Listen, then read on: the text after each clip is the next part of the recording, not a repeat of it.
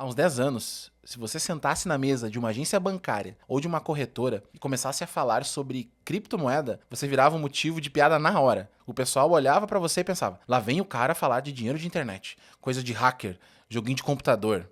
Mas o tempo passou. E aquele mesmo bancário que dava risada do dinheiro de internet agora tá desesperado, debruçado em cima de uma apostila, porque ele precisa entender o que é uma carteira digital, o que é DeFi, o que é tokenização, para conseguir passar na prova da Anbima e manter o seu emprego. O que começou como uma curiosidade rebelde em fóruns obscuros na internet simplesmente engoliu o sistema financeiro tradicional. Hoje, os maiores bancos do mundo e os governos não dão um passo estratégico sem usar a tecnologia que nasceu lá atrás, junto com o Bitcoin. Mas calma, se você acha que isso é um assunto insuportavelmente técnico e que você precisa ser um gênio da programação para entender, pode tirar isso da cabeça agora. Hoje, a gente vai contar a história do dinheiro que ninguém viu chegar. Até o final desse episódio, você vai entender de onde veio o blockchain, como ele funciona de verdade, sem economias, e por que dominar esse assunto é o passaporte para o futuro da sua carreira. Pega o seu café, porque hoje a gente vai decifrar o sistema. Eu sou o Brunão e esse é o Artcast.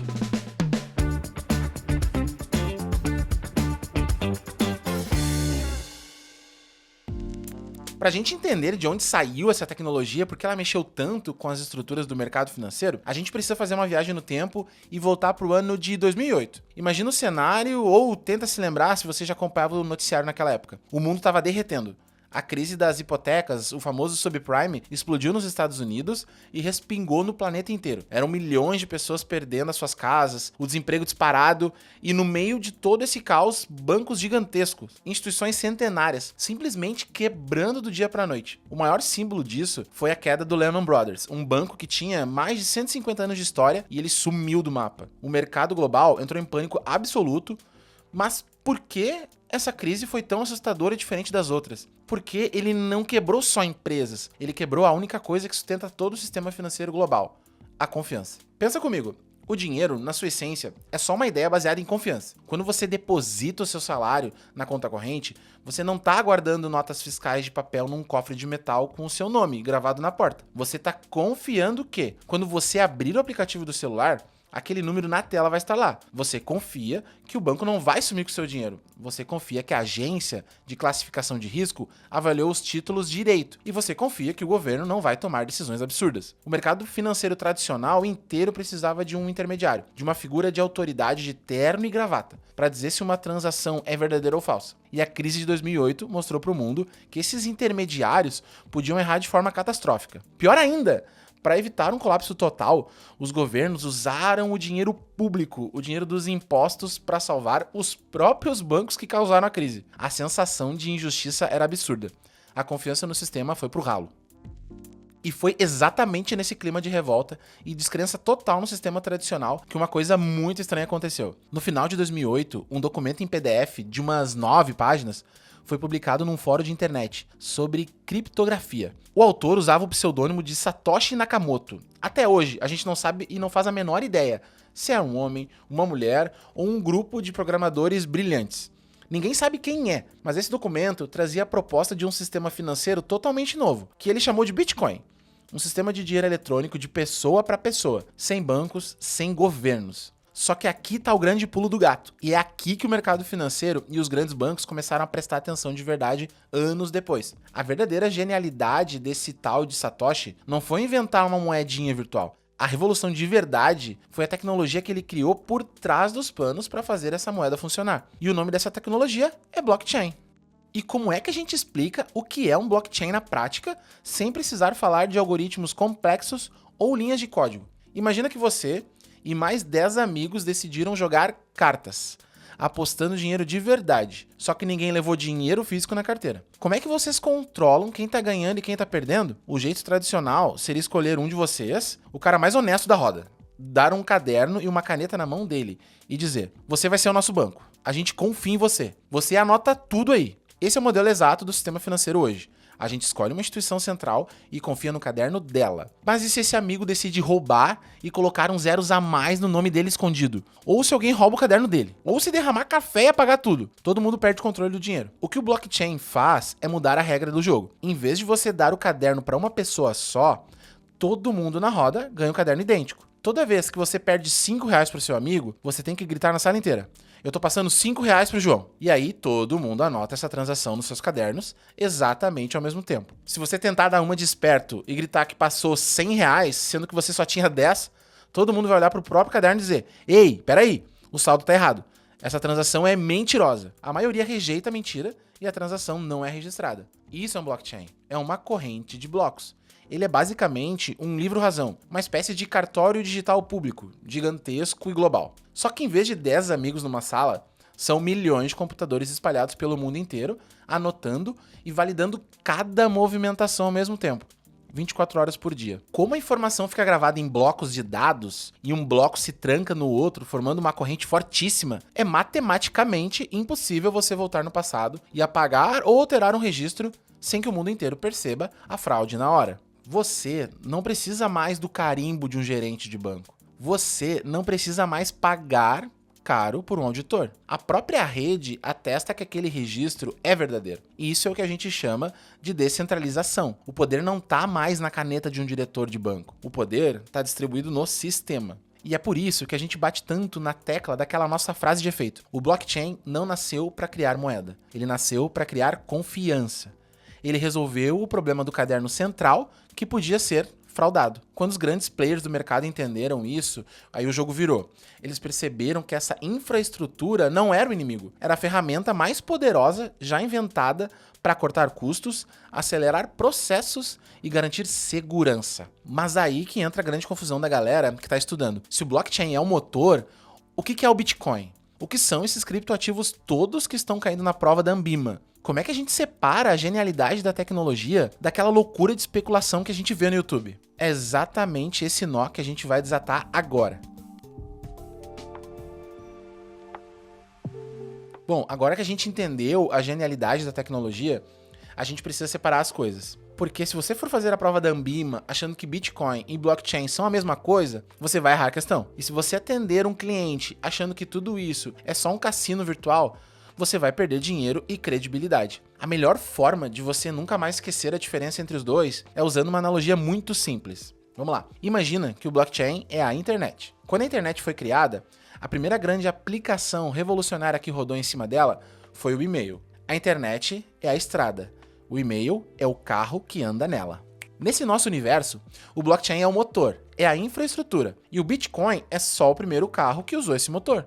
O Bitcoin foi a primeira aplicação prática de transferência de valor usando a rede blockchain. Ela é a moeda, ela é o ativo, mas a tecnologia por trás aceita qualquer coisa. Você pode registrar na rede a propriedade de uma casa, a autenticidade de uma obra de arte, o histórico médico de um paciente ou um contrato entre duas empresas, por exemplo. E é aqui que a gente separa a criptoeconomia de verdade daquele hype, daquela especulação maluca de gente prometendo ficar milionário da noite pro dia. Nem toda inovação tecnológica, ela nasce para ser um investimento mágico. Mas por que os grandes bancos, o FMI, a CVM e os governos, que no começo odiavam aquela história toda, de repente começaram a abraçar o blockchain? Porque o JP Morgan, o Itaú, o BTG Pactual estão investindo bilhões nisso? A resposta é muito direta. Porque a confiança custa caro. Custa muito caro. Pensa em como funciona uma transferência internacional hoje. Vamos lá. Se você quiser mandar 10 mil reais pro seu primo que mora lá no Japão, como é que a gente faz? Você entra no seu banco aqui no Brasil. O seu banco manda uma mensagem por um sistema antigo chamado SWIFT, que é basicamente o mensageiro dos bancos globais. Essa mensagem passa por um banco correspondente nos Estados Unidos, que valida a conversão do dólar, que depois manda para um banco central lá na Ásia, que finalmente deposita na conta do banco do seu primo. Todo mundo nessa cadeia de intermediários cobra um pedágio, uma taxa. Além de você pagar caro, o dinheiro pode levar de 2 a 3 dias para chegar lá.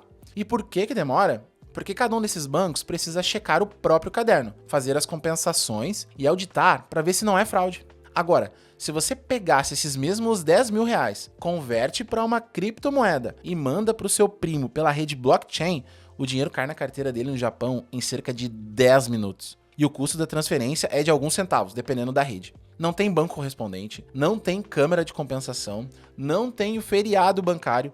A própria rede de computadores globais validou que você tinha um saldo, validou a identidade da carteira dele, registrou a transação num bloco, selou com criptografia e pronto. É indiscutível. É por isso que o mercado financeiro tradicional se rendeu. Eles não adotaram o blockchain por moda ou porque acham o Bitcoin bonitinho. Eles adotaram porque a liquidação é quase instantânea e o custo operacional despenca. Mas a gente precisa jogar limpo também. Toda essa beleza da descentralização tem um preço alto e a gente precisa falar sobre os riscos. Porque na prova da Ambima, você precisa saber os limites do sistema. E na vida real, se você não entender isso, aí você perde tudo que tem. A galera adora o discurso de vamos tirar o banco do meio, não quero intermediários, eu quero ser dono do meu próprio dinheiro. Na teoria é lindo, mas quando você tira o banco do meio, você tira também o suporte técnico, você tira a rede de segurança. A descentralização não elimina os riscos operacionais, ela apenas transfere a responsabilidade do sistema para suas mãos. Presta atenção nisso. Se você esquecer a senha do seu aplicativo do banco hoje, o que você faz? Você clica lá no esqueci minha senha, recebe um SMS, tira uma selfie, fala com o gerente e resolve. Se o seu cartão for clonado, você liga no 0800, contesta a compra e o banco te estorna o valor, porque existe um fundo garantidor, existe uma regulação forte te protegendo. No mundo cripto raiz, isso não existe. Você é seu próprio banco. Quando você cria uma carteira digital para guardar os seus criptoativos, o sistema gera para você uma chave privada. É uma senha gigante, geralmente traduzida numa frase de 12 a 24 palavras aleatórias, que a gente chama de frase semente. Essa frase é a única forma matemática de provar que aquele dinheiro no blockchain é seu. Se você perder esse papel com as palavras anotadas, ou se o computador quebrar e você não tiver o backup dessa chave, aí acabou. O dinheiro continua lá, registrado no blockchain para sempre, mas você nunca mais vai conseguir tocar nele. Não tem para quem ligar, não tem saque, não tem o gerente para chorar as mágoas.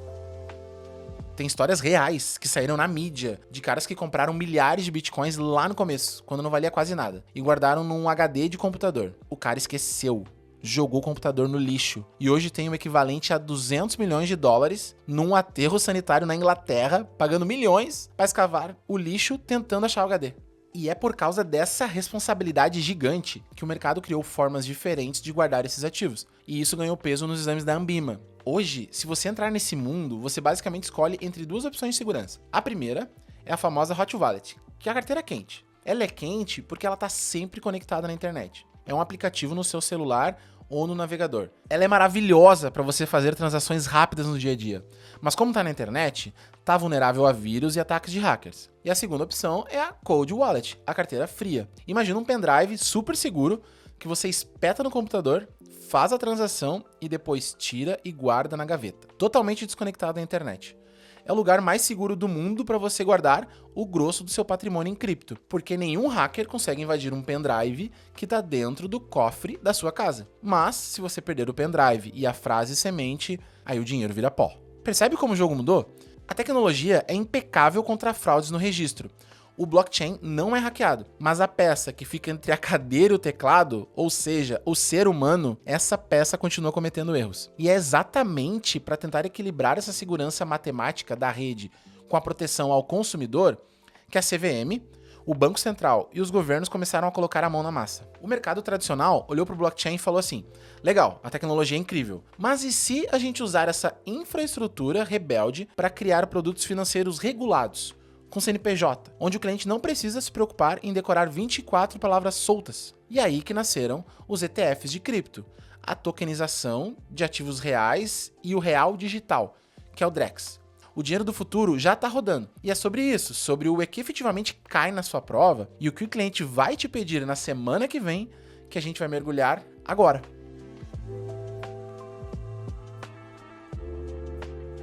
A gente viu no bloco passado que o mundo cripto raiz, aquele totalmente solto na internet, ele é incrível, mas é um campo minado se você não souber o que está fazendo. E foi exatamente olhando para esse cenário que os grandes reguladores do nosso mercado, a CVM, o Banco Central e a própria Ambima, tomaram uma decisão histórica. Em vez de lutar contra a tecnologia, eles decidiram trazer a tecnologia para o ambiente regulado. E é por isso que de uma hora para outra, os editais da CPROR, da CPROI e do CFP foram inundados com temas como criptoativos, DeFi e tokenização. A Ambima não colocou isso na prova porque é um assunto da moda. Ela colocou porque a prateleira de produtos do banco mudou. Hoje, o seu cliente de alta renda abre o aplicativo da corretora e lá tem um ETF de criptomoedas, o Hash 11, sendo negociado na Bolsa de Valores, com CNPJ, com regulação da CVM e com recolhimento de imposto de renda. Se o cliente perguntar se vale a pena colocar 5% do patrimônio naquilo para diversificar, você não pode mais gaguejar e dizer que é dinheiro de internet. Você tem que saber analisar o ativo. Mas a revolução real que está caindo nas provas e chegando no mercado não é só a moeda em si, é o que a gente chama de tokenização. Pensa comigo.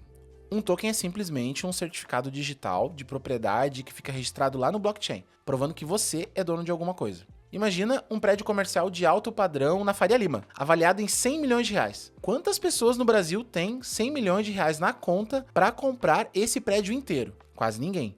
É um ativo com pouquíssima liquidez, muito difícil de vender. Agora, imagina que uma instituição pega esse prédio e tokeniza ele. Ela divide a propriedade desse prédio em 100 milhões de pedacinhos digitais, os tokens, valendo R$1 cada um. Qualquer pessoa pode abrir o aplicativo e comprar R$50 de participação naquele prédio. E todo mês, o aluguel que as empresas pagam cai proporcionalmente na sua conta. Isso já está acontecendo hoje com imóveis, com precatórios, com recebíveis agrícolas e também com direitos autorais de músicas. A tokenização pega ativos que eram exclusivos de milionários e democratiza o acesso de forma segura e transparente, porque o registro de quem é dono de cada pedacinho está cravado no blockchain e não pode ser alterado. Só que para tudo isso funcionar de forma automática, sem precisar de um exército de advogados assinando papel, o blockchain usa os famosos smart contracts, ou os contratos inteligentes. O nome pode assustar, mas a lógica é muito simples. Olha só, pensa numa daquelas máquinas de refrigerante que tem em shopping.